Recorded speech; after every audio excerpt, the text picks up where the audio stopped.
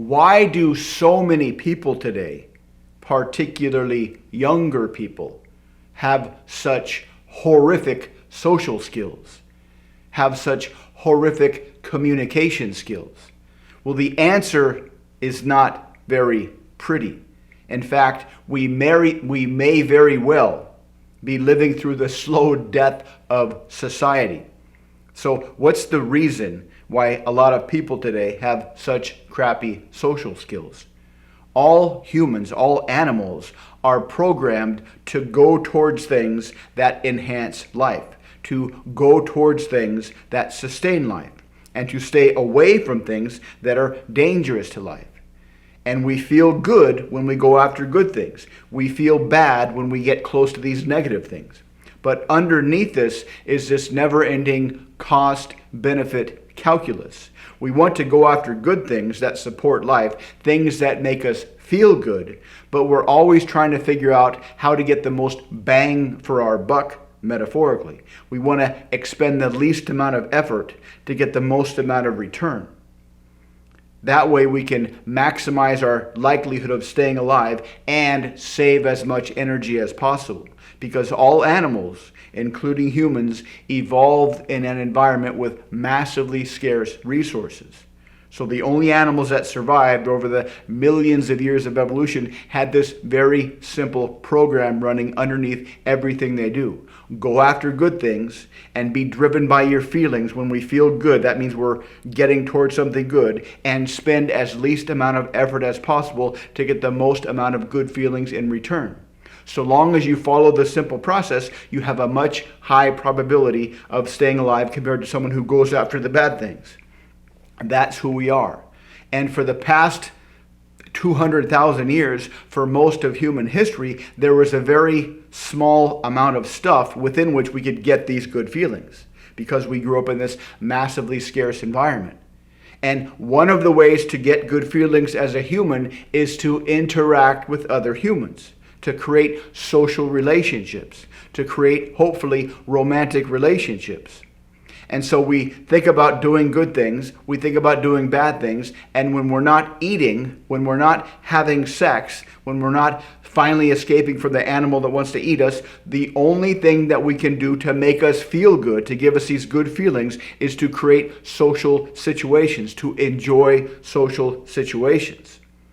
And that's what drove our desire to become better socially, or our subconscious impulse to become better socially throughout history. Now, one of the things that's unique about humans is our brains are very, very underdeveloped when we are born. Most of our brain development happens after we are born. Compared to most other animals, most of their development is done in the womb, so they need, as a percentage of their adult life, a very small percentage in adolescence, whereas humans spent a huge portion, a huge percentage of our life in adolescence.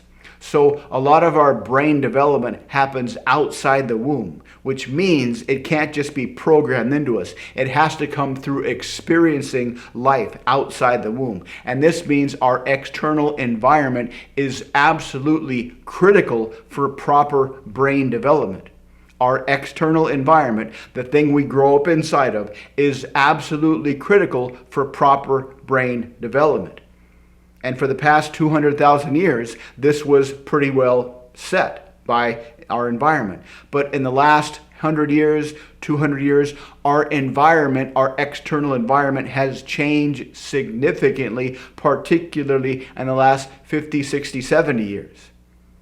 So what does all this mean? Well, if you're growing up, if you're a little kid and you have this program that says, I need to find good things and stay away from bad things, your only go-to option to get the good things was to interact with other people. And if you're in a group of kids at school or in your neighborhood or on the playground or wherever, everybody was in the same situation. So everybody was compelled by their environment to learn social skills, to learn how to talk to other people, to learn how to calibrate the nonverbal energy with what they were saying. But then they started to invent technology, or technology started to be invented. So now you had a couple of options. I could get good feelings by doing this, or I could get good feelings by doing this. And this is whatever was invented that was a competition for this. And at first, this was TV or radio or books. Books have always been around, but books are kind of a brain-intensive process, so it is pleasant to read a book, but it's a lot more fun, comparatively speaking, to play with your friends. But then TV was invented, and you didn't have to put nearly as much brain energy into following along a story. You could watch stories on TV. And then cable TV was invented. And then you had all these options to watch stuff on TV. And so the past 50, 60, 70 years, there's been a lot of things over here that have kept being invented that became a counterweight, so to speak, for forcing us to learn social skills. And if you were a kid at school, and if you knew that if you went home, all you could do to spend time was stare at the wall and wait for the next day, that would compel you more so to get into the game and play with your friends and create relationships. But the more you had something to do at home that could entertain you, the less you were compelled to create relationships. So first they had TV, then they had cable TV, then they had simple video games, then they had complex video games, then they had the internet, then they had smartphones, then they had social media, and they had all this stuff that was a competition. So today when kids grow up, they are no longer forced by their environment to learn social skills. They have an option. This is kind of the same structure as drug and alcohol addiction. You have this dopamine rush that we get that's been programmed into us by evolution. When you do something difficult, you do something worthwhile, and when you're done on the other side of that, you get this dopamine rush, and that dopamine rush will compel you to do more of this stuff to get more of the stuff you need to stay alive. But if you just drink a bottle of Jack Daniels, you can get the dopamine rush without doing the thing. This kind of shunts the path. And that's kind of the same structure. All these things that we have available to us now for our entertainment, for our pleasure, kind of shunt the path of what we're supposed to be doing to get pleasure, which is build social skills. It's kind of like junk food. Junk food makes our tongue feel good. It makes us think we're getting something good, but it's really cheating our nutritional needs. And so junk food still does have calories, so you could survive off junk food, but you're not going to be very healthy. Similarly, you can still be a functioning human if all you do is watch video games for your entertainment or your emotional pleasure, but you're not going to have healthy social skills. Unfortunately, this is only going to get worse.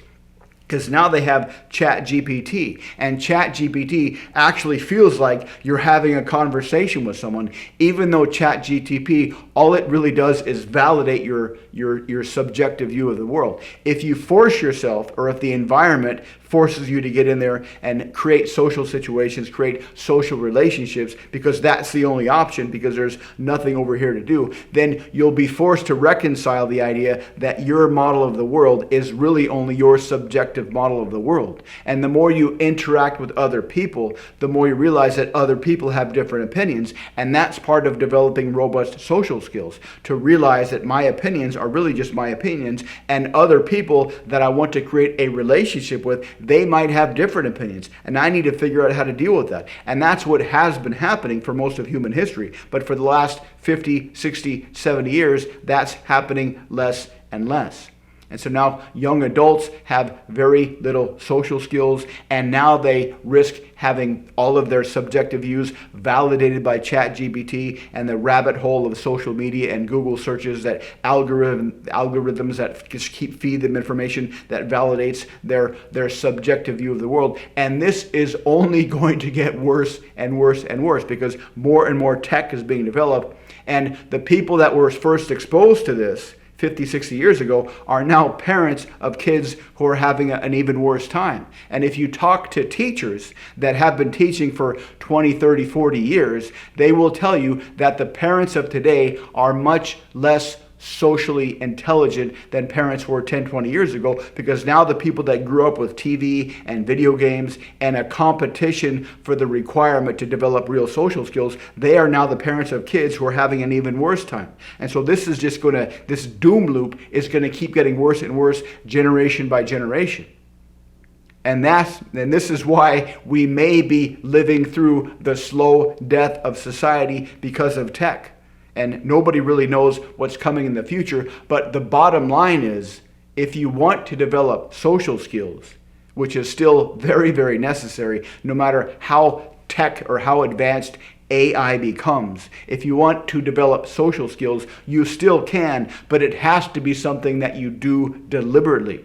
It used to happen automatically. You used to not have to worry about this stuff, but now you absolutely have to worry about this stuff. If you want to develop social skills, if you want to develop social intelligence, if you want to develop emotional intelligence, you have to get out there and practice. Practice every day. And the only way to practice is to have conversations with people. Have short, easy, enjoyable conversations with as many people as you can. This will keep your social skills sharp. And the good news is, if you make the decision to practice social skills and develop world-class social skills, you will be comparatively much more attractive emotionally and financially than everybody who's only having conversations with ChatGPT and their algorithm rabbit hole on social media. So practice social skills, develop a comparative advantage to every other goofball out there who's falling in love with ChatGPT, and you can absolutely slay it in the game of life. You can become much more persuasive, much more seductive, much more emotionally intelligent, talk your way into and out of situations, and become a comparative social skill superhero.